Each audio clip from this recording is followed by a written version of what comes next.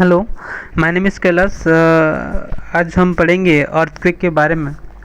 तो अर्थक्वेक क्या क्या होता है और कितना टाइप का होता है, उसका जो वेब होता है क्या क्या होता है, कितना टाइप का स्किल रहता है, उसके बारे में हम थोड़ा देखते हैं और थोड़ा पोस्टमार्टम करते हैं। बेसिकली अर्थक्वेक किसे कहते हैं, पहले तो हम उसके जानते हैं कि अर्थक्वेक किसे कहते हैं।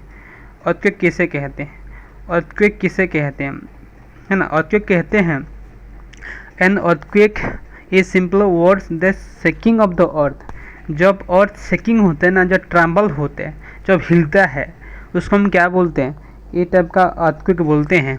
और ये एक टाइप का नेचुरल इवेंट है, उसको अपने आप होते हैं, उसको कोई नहीं करता है, उसको नेचुरल इवेंट बोला जाएगा। ओके, तो उसके पहले हम जानते हैं तो अर्थक्वेक कितना, अर्थक्वेक में क्या यूज होता है और अर्थक्वेक को नापने के लिए कौन सा इंस्ट्रूमेंट हम यूज करते हैं। और अर्थक्वेक को नापने के लिए हम एक टाइप का इंस्ट्रूमेंट यूज करते हैं, उसका नाम क्या होता है, थोड़ा देखते हैं हम। उसका नाम होता है सेस्मोग्राफ। उसका नाम क्या होता है, सेस्मोग्राफ। क्या होता है, सेस्मोग्राफ। और सेस्मोग्राफ एक तो इंस्ट्रूमेंट होता है जिसमें हम क्या करते हैं, अर्थक्वेक को मेजर करते हैं। क्या करते हैं, अर्थक्वेक को मेजर करते हैं। और इसमें फिर दो टाइप का स्केल होते हैं, इसमें फिर दो टाइप का स्केल होते हैं। एक तो होता है तुम्हारा क्या, रिक्टर स्केल। एक तो रिक्टर स्केल होते हैं, एक तो क्या होता है रिक्टर, एक तो क्या होता है रिक्टर, एक तो रिक्टर स्केल होते हैं और एक तो क्या होता है मर्सली स्केल। क्या होता है मर्सली स्केल, मर्सली स्केल। जो रिक्टर स्केल जो होता है ये उसका 0.1 से 10 उसका रेंज रहता है। ओके, 1 से 10 रहता है। और मर्सली स्केल जो होता है ये 1 से 12 रहता है। अगर तुम्हारा अर्थक्वेक अगर 1 पॉइंट में है तो इतना डिस्ट्रक्टिव नहीं है, अगर 10 है तो ज़्यादा डिस्ट्रक्टिव है। तो रिक्टर स्केल में हम क्या नापते हैं, रिक्टर स्केल में हम क्या नापते हैं, रिक्टर स्केल में हम उसका मैग्नीट्यूड नापते हैं। मैग्नीट्यूड इन द सेंस वो कितना पॉइंट से आया है, 1 से आया है, 2 से, 3 से, 4 से, 5 से। अगर 1 आया है, 2 आया है तो ज़्यादा नहीं होगा। अगर 10 है तो सबसे ज़्यादा, अगर 10 आया तो बहुत डिस्ट्रक्टिव है। तो आज तक बहुत कम जगह में 10 मैग्नीट्यूड आया है। और उसको हम और तो स्केल जो होता है मर्सली स्केल, मर्सली स्केल हम क्या नापते हैं, उसका इंटेंसिटी नापते हैं। इंटेंसिटी इन द सेंस वो है ना, वो कितना तुम्हारा इंटेंसिटी मतलब कितना तीव्र, क्या बोलते हैं हिंदी में उसको, तीव्रता है ना, कितना उसका तीव्रता था, है ना, उसको हम इंटेंसिटी बोलते हैं। क्या बोलते हैं, इंटेंसिटी बोलते हैं। और मैं और एक बार बोल दे रहा हूँ कि हम रिक्टर स्केल में क्या नापते हैं, मैग्नीट्यूड नापते हैं। और मर्सली में क्या नापते हैं, उसका इंटेंसिटी नापते हैं। रिक्टर स्केल 1 से 10 तक रहता है और ये 1 से 12 तक रहता है, 1 से 12 तक रहता है। तो अभी तक हम क्या क्या पढ़े हैं, अर्थक्वेक किसे बोलते हैं हम, अर्थक्वेक हम बोलते हैं तो शेकिंग ऑफ द अर्थ को अर्थक्वेक बोला जाता है। इसको जो नापते हैं, जो सा इंस्ट्रूमेंट्स में नापते हैं उसको हम सेस्मोग्राफ बोला जाता है। सेस्मोग्राफ में हम दो टाइप का स्केल यूज करते हैं। एक को हम क्या बोला, एक तो हम क्या बोला मर्सली स्केल बोले और जिसको हम रिक्टर स्केल बोले। रिक्टर में हम क्या मानते हैं, मैग्नीट्यूड नापते हैं। अर्थक्वेक का मैग्नीट्यूड नापते हैं, कितना ना कितना मैग्नीट्यूड से आया है, उसका रेंज जो रहता है 1 से 10 रहता है। और मर्सलीज का जो रेंज रहता है 1 से 12 रहता है। इसमें हम इंटेंसिटी नापते हैं और इसमें हम क्या नापते हैं, मैग्नीट्यूड नापते हैं। तो उसके बाद हम देखते हैं कि मतलब अर्थक्वेक का जो वेव होता है कितना टाइप का वेव होता है। अर्थक्वेक जो वेव होता है, 2 टाइप का वेव होता है, एक तो प्राइमरी वेव और एक तो सेकेंडरी वेव। एक तो प्राइमरी वेव और दूसरा वाला क्या, सेकेंडरी वेव। तो there are 2 type of waves, they are called primary waves in P wave and S wave. देखते हैं हम पी वेव में क्या क्या उसका कैरेक्टरिस्टिक होते हैं। पहले तो पी वेव जो होते हैं, पी वेव मूव फास्टर, ये बहुत है ना, बहुत उसका बहुत तेज ज़्यादा रहता है, उसका move faster than secondary wave, move faster than secondary wave. और क्या रहता है, P wave is similar to sound wave. P wave similar to sound wave, it means P wave, अगर मैं थोड़ा सा यहाँ पर कैरेक्टरिस्टिक लिखूँ तो P wave similar to sound wave means ये लॉन्गिट्यूडनल जाता है, लॉन्गिट्यूडनल जाता है तो ये साउंड वेव के बराबर जाता है। इन द सेंस साउंड जैसे सॉलिड लिक्विड गैस में ट्रैवल हो सकते हैं, ये भी क्या होता है, सॉलिड लिक्विड गैस में, सॉलिड लिक्विड गैस में ये ट्रैवल हो सकते हैं।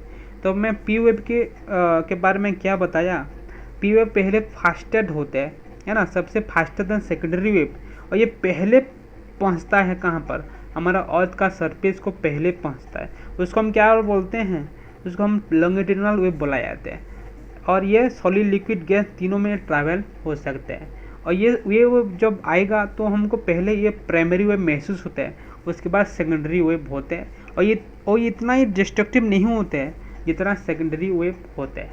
तो they are travel through gas, liquid and solid material. Okay, उसके बाद हम देखते हैं कि हमारा जो एस वेव है, इट मीन सेकेंडरी वेव जो होता है, ये क्या होते हैं, ये हमारा ट्रांसवर्स वेव होते हैं, ट्रांसवर्स वेव होते हैं।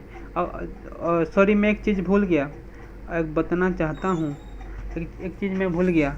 तुम्हारा जो तुम्हारा जो प्राइमरी वेव है, तुम्हारा जो प्राइमरी वेव है, ये उसका अगर मैं वेव एंड वाइब्रेशन में कंपेयर करूँ तो वेव एंड वाइब्रेशन में क्या रहता है, पैरेलल टू ईच अदर रहता है, क्या रहता है, पैरेलल टू ईच अदर रहता है। और हाँ, इतना बताना था मुझे। उसके बाद तुम्हारा सेकेंडरी वेव जो है, सेकेंडरी वेव जो है ये तुम्हारा क्या होते हैं, ये तुम्हारा ट्रांसवर्स वेव होते हैं। क्या होते हैं, ट्रांसवर्स वेव होते हैं। ट्रांसवर्स वेव मीन्स ये तुम्हारा ऐसे जाएगा, उसका अगर मैं डायग्राम बनाऊँ तो ऐसे जाएगा। अगर वाइब्रेशन अगर ऐसे जा रहा है, अगर वेव ऐसे जा रहा है तो वाइब्रेशन ऐसे जाएगा। तो दोनों के बीच क्या होगा, परपेंडिकुलर टू ईच अदर, ऐसे क्रिएट होगा, है ना। तो जो कि प्राइमरी वेव में क्या था, पैरेलल टू ईच अदर था, यहाँ पर परपेंडिकुलर टू ईच अदर होगा। और ये बहुत डिस्ट्रक्टिव होते हैं एज कम्पेयर टू हमारा प्राइमरी वेव, एंड ये ट्रांसवर्स वेव बोला जाएगा। तो क्लियर, थोड़ा सा हम रिकॉल कर लेते हैं। प्राइमरी वेव जो होते हैं, जो होते हैं, ये क्या होता है, ये लॉन्गिट्यूडिनल होते हैं। Longitudinal in the sense sound wave की तरह समान होते हैं। और ये सॉलिड लिक्विड गैस में जाता है, ये बहुत फास्ट ट्रैवल करते हैं as compare to secondary wave, और ये पहले पहुंचते हैं हमारा धरती का सरफेस को, और उसको हम क्या बोलते हैं, प्राइमरी वेव बोला जाते हैं। और ये साउंड वेव की तरह बराबर होते हैं, एंड वेव एंड वाइब्रेशन के बाद दोनों तो ये पैरेलल टू ईच अदर रहते हैं। उसके बाद देखो सेकेंडरी वेव के बाद थोड़ा सा मैं फिर बता दूँ। सेकेंडरी वेव जो होते हैं ये पहले ट्रांसवर्स वेव होते हैं। ट्रांसवर्स इन द सेंस ये ऐसे जाएगा, यानी वाइब्रेशन एंड वेव के बीच ये राइट एंगल क्रिएट होते हैं। वाइब्रेशन एंड वेव के बीच राइट एंगल क्रिएट होते हैं, ऐसे होगा। और ये ज़्यादा डिस्ट्रक्टिव होते हैं as compare to primary wave, ये ज़्यादा डिस्ट्रक्टिव होते हैं as compare to primary wave. अगर मैं एक तो ग्राफ बनाऊँ तीनों को लेकर, बेसिकली और एक तो वेव होते हैं, उसको सरफेस वेव बोला जाता है, प्राइमरी वेव, सेकेंडरी वेव और सरफेस वेव। पर सरफेस वेव इतना क्वेश्चन नहीं आते हैं जितना प्राइमरी या सेकेंडरी में आते हैं। तो अगर मैं उसको थोड़ा सा अगर एक तो ग्राफ बनाऊँ, अगर मैं एक तो ग्राफ बनाऊँ तो ये जो पार्ट होते हैं ये प्राइमरी वेव बोला जाएगा, और ये जो पार्ट होते हैं ये सेकेंडरी वेव बोला जाएगा, और ये जो पार्ट होते हैं ये तुम्हारा सरफेस तुम्हारा वेव बोला जाएगा। तो देखो ये जो इसका मतलब है ये कम डिस्ट्रक्टिव है, इसका मतलब ये थोड़ा सा ज़्यादा है, और इसका मतलब जो ये सबसे ज़्यादा होते हैं। तो सरफेस वेव है ना ज़्यादा डिस्ट्रक्टिव होते हैं। अगर मैं कंपेयर करूँ प्राइमरी या सेकेंडरी में तो सेकेंडरी ज़्यादा डिस्ट्रक्टिव होते हैं। अगर मैं तीनों में कंपेयर करूँ तो सरफेस वेव ज़्यादा डिस्ट्रक्टिव होते हैं। तो आप यहाँ पर देख के पता लगा सकते हैं, तो उसका जो एम्पलीट्यूड जो है ज़्यादा ऊपर उठा है, इट मीन ज़्यादा मतलब ये डिस्ट्रक्टिव है। उसका एम्पलीट्यूड कम उठा है, इट मीन उसका कम डिस्ट्रक्टिव है। और ये सबसे कम डिस्ट्रक्टिव होते हैं प्राइमरी वेव, और बट ये सबसे पहले महसूस हमको होते हैं। ओके, उसके बाद देखते हैं हम ये कहाँ पर ओरिजिनेट होते हैं और क्या बोलते हैं उस पॉइंट को। अगर मैं एक अगर मैं ये एक तो अर्थ का एक तो थोड़ा सा सेगमेंट बनाऊँ, अगर अर्थ का एक थोड़ा सा सेगमेंट बनाऊँ तो जहाँ पर तुम्हारा अर्थक्वेक ओरिजिनेट होते हैं, है ना, ये बेसिकली तो ये किससे बनता है, डिस्टर्बेंस ऑफ टेक्टोनिक प्लेट, है ना, इसलिए बनते हैं, है ना। तो ये जहाँ पर ओरिजिन होता है उसको बोलते हैं हम, क्या बोलते हैं, उसको बोलते हैं हम फोकस बोलते हैं, है ना। फोकस क्या बोलते हैं, फोकस बोलते हैं। थोड़ा सा मैं अच्छे से बनाऊँ तो ये अगर मैं अर्थ है ना, अगर यहाँ पर अगर ओरिजिनेट हो रहे हैं तो उसको हम क्या बोलते हैं, फोकस बोलते हैं। क्या बोलते हैं, फोकस बोलते हैं उसको। और क्या बोलते हैं, फोकस को हम क्या बोलते हैं उसको, और क्या बोलते हैं, हाइपोसेंटर बोला जाता है। हाइपोसेंटर हाइपोसेंटर बोला जाता है, उसको हम क्या बोलते हैं, हाइपोसेंटर बोला जाता है। अगर ऑप्शन में अगर फोकस दिया है तो फोकस को मानना, नहीं तो हाइपोसेंटर दिया होगा तो उसको हम क्या बोलते हैं, फोकस नहीं तो हाइपोसेंटर। किसको बोलते हैं, जहाँ पर तुम्हारा अर्थक्वेक ओरिजिनेट हो रहा है, जहाँ पर वो शुरू हो रहा है ना, उसको हम क्या बोलते हैं, हाइपोसेंटर या फोकस बोला जाता है। ये बात बहुत इम्पोर्टेंस है, याद रखना। हाइपोसेंटर नहीं तो उसको फोकस बोला जाएगा। उसका अगर मैं इसका और पॉइंट होते हैं, अगर फोकस है उसका पूरा ऊपर सरफेस में है ना, ये जो पूरा ऊपर वर्टिकली ऊपर सरफेस में जहाँ पर हम रहते हैं है ना, उसको हम क्या बोलते हैं, उसको बोलते हैं एपी सेंटर बोला जाता है। उसको बोलते हैं एपी सेंटर बोला जाएगा, उसको हम एपी सेंटर बोला जाता है। तो एपी सेंटर किसे कहते हैं, the point on the surface nearer to the focus. Focus का वर्टिकली ऊपर में जो होगा है ना, the point on the surface nearest to the focus is called epicentre. जो कि यहाँ पर ज़्यादा डिस्ट्रक्टिव होते हैं, यहाँ पर उसका इंटेंसिटी ज़्यादा रहता है। तुम जितना दूर जाओगे उतना उसका इंटेंसिटी कमते जाएगा। अगर मान लो अगर एक पर्सन यहाँ पर रहता है, उसका घर यहाँ पर है, तो ये ज़्यादा मतलब वो उसको डिस्ट्रक्टिव होगा उसका आसपास वाला, एज़ कम्पेयर टू द अगर मैं यहाँ पर हूँ तो इसको मैं दो पॉइंट बताया है ना, एक तो फोकस एक तो एपीसेंटर। तो एपीसेंटर किसको कहते हैं, एपीसेंटर किसको कहते हैं, epicentre means the point on the surface nearest to the focus है ना। अगर ये फोकस है उसका टोटल अगर पूरा वर्टिकली ऊपर में, उसको एपीसेंटर बोला जाएगा। और फोकस के तो किसे कहते हैं, और फोकस किसे कहते हैं, the point हुएर energy is release is called focus. नहीं तो तुम ऐसे समझो, जहाँ पर अर्थक्वेक तुम्हारा ओरिजिनेट हो रहा है, जहाँ पर तुम्हारा अर्थक्वेक ओरिजिनेट हो रहा है, जहाँ पर तुम्हारा क्या अर्थक्वेक ओरिजिनेट हो रहा है, उसको हम क्या बोलते हैं, फोकस बोला जाए। तो इतना तुमको याद रखना पड़ेगा है ना। तो थोड़ा सा रिकॉल कर लेते हैं, जिसमें हम नापते हैं अर्थक्वेक को, उसको हम क्या बोलते हैं, सेस्मोग्राफ बोला जाता है। जिस इंस्ट्रूमेंट में हम नापते हैं उसको सेस्मोग्राफ बोला जाता है। An instrument is called seismograph record the waves reaching the surface है ना। तो दो टाइप का स्केल लगता है सेस्मोग्राफ में, एक तो रिक्टर स्केल, एक तो रिक्टर स्केल जो कि 1 से 10 तक उसका रहता है, जिसमें हम क्या नापते हैं, मैग्नीट्यूड नापते हैं। और उसका मर्सली स्केल जो 1 से 12 तक उसका रेंज रहता है, जिसको हम क्या नापते हैं, इंटेंसिटी नापते हैं। इन दोनों बात क्लियर।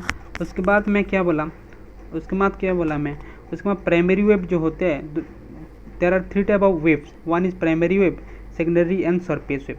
तो हम आज इसके बारे में ज़्यादा हम पढ़े प्राइमरी सेकेंडरी के बारे में। तो प्राइमरी वेव जो होता है क्या होता है, लॉन्गिट्यूडनल होते हैं।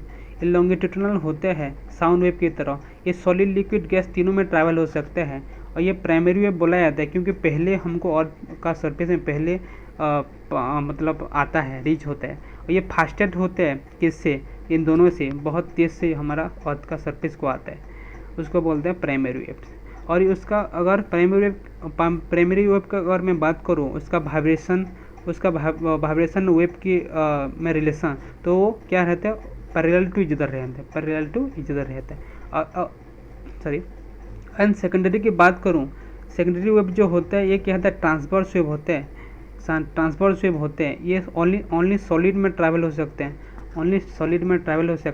एंड वेव एंड वाइब्रेशन के रिलेशन में की बात करूँ सेकेंडरी में, तो ये परपेंडिकुलर टू इच अदर रहते हैं, इसलिए ये ज़्यादा डिस्ट्रक्टिव होते हैं as compare to primary wave. And उसके बाद में क्या बोले, हाँ, अर्थ का जो अर्थक्वेक जहाँ पर निकलता है, अर्थ के, उसको हम बोलते हैं फोकस बोलते हैं, ऑल्सो कॉल्ड एज हाइपोसेंटर बोला जाता है। और जहाँ पर है ना, और उसका टोटल अगर वर्टिकली ऊपर के अगर मैं एक तो है ना ऐसे बनाऊँ, तो और जो पॉइंट जो होता है, ये पॉइंट उसको हम क्या बोलते हैं, एपीसेंटर बोला जाता है। Epicentre mean the point on the surface nearest to the focus, है ना, the point on the surface nearest to the focus, उसको एपिसेंटर बोला जाता है। यहाँ पर ज़्यादा उसका इंटेंसिटी रहता है तो ज़्यादा डिस्ट्रक्टिव ये पहुँच सकता है। Okay, thank you.